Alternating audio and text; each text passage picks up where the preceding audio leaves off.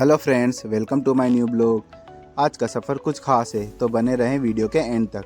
बड़े बुजुर्ग कहते हैं कि सफ़र की शुरुआत किसी अच्छे काम से करनी चाहिए, तो उसी बात को ध्यान में रखते हुए हम निकल जाते हैं कोटा के प्रसिद्ध खड़े गणेश जी महाराज मंदिर पर। मंदिर पर मोबाइल ले जाना अलाउ नहीं था, तो हम अपने फ़ोन को बाहर ही रखते हैं और गणेश जी महाराज के दर्शन करते हैं। गणेश जी महाराज के दर्शन करने के बाद हम निकल जाते हैं अपने मंजिल की ओर। मंजिल काफ़ी दूर थी और रास्ते काफ़ी लंबे। थोड़ी दूरी पर हम 12 फोर लाइन रोड पर लग जाते हैं। बस में फ्यूल कम था, तो बस वाले भैया ने फ्यूल भरवाने के लिए पेट्रोल पंप पर रोका। यही वो बस है जिससे हमें आगे का सफ़र तय करना है।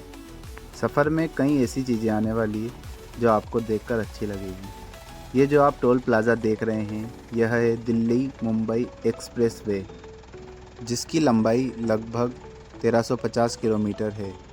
हमारी मंजिल कहीं और थी और हम निकल जाते हैं एक्सप्रेस वे के नीचे से।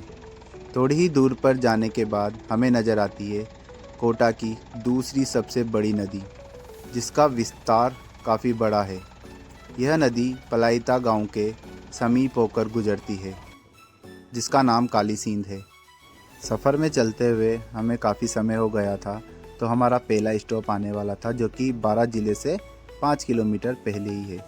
यह है द कृष्णा होटल। यहीं पे हमें खाना खाना था, क्योंकि हमें बहुत तेज़ भूख लग रही थी। तो रोहित भैया, पवन भैया और रघु भैया तीनों अपना लंच लेकर आए थे। आगे 2 से 3 घंटे कोई स्टॉप नहीं आने वाला था। हमने खाना खाया और हम रवाना हो गए। 12 ज़िले से समीप लगने वाला ज़िला शाहाबाद, जो कि अपने ऊंची पहाड़ियां और घने जंगल के लिए जाना जाता है। इन्हीं जंगल से होकर हमें आगे निकलना था। बस में बैठे हुए व्यक्ति काफ़ी परेशान हो चुके थे, क्योंकि उन्हें टॉयलेट जाना था। नेक्स्ट स्टॉप हमारा काफ़ी जल्दी आ गया। यह स्टॉप मध्य प्रदेश के झांसी ज़िले से 30 किलोमीटर पहले पड़ता है। होटल पे हमने चाय पी और बिना पैसे दिए ही रवाना हो गए। नेक्स्ट स्टॉप हमारा काफ़ी जल्दी आने वाला है, क्योंकि यही वो स्टॉप है जो कि काफ़ी लंबा होने वाला है।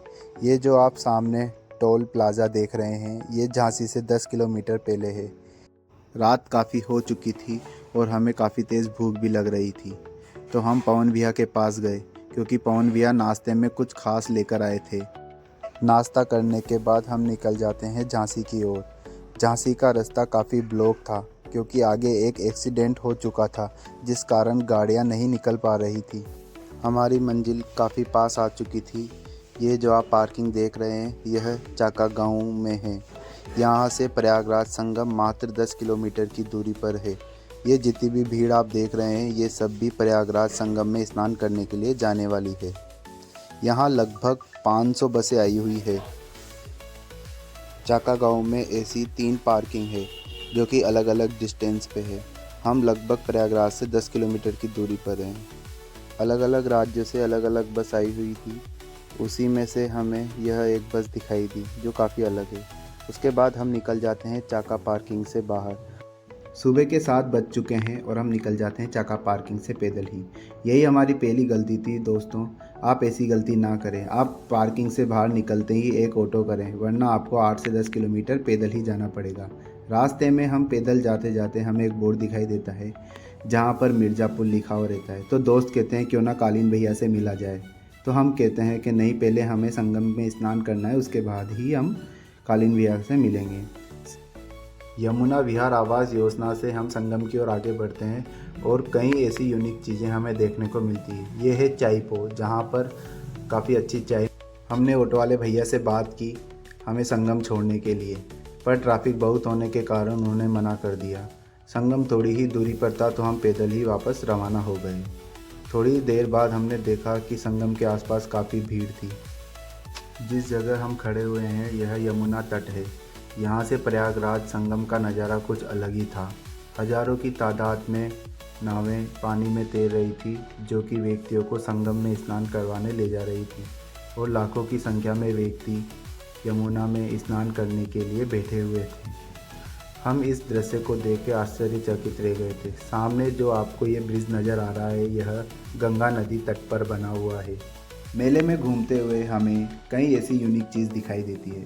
ये जो आप हवा में उड़ता हुआ देख रहे हैं, यह है पैराशूट राइड, जिसका किराया 3000 रुपये है।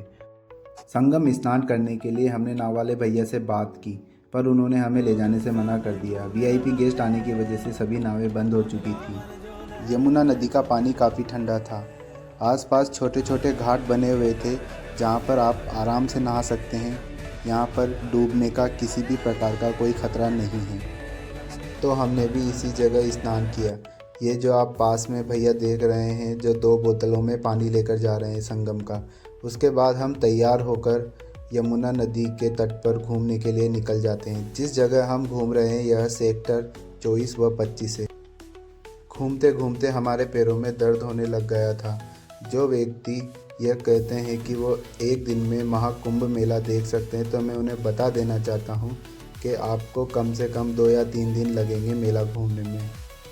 यह टिकट काउंटर है जो कि सेक्टर नंबर 2425 के पास ही। यहाँ से आप 12 ज्योतिर्लिंग के मंदिर देख सकते हैं।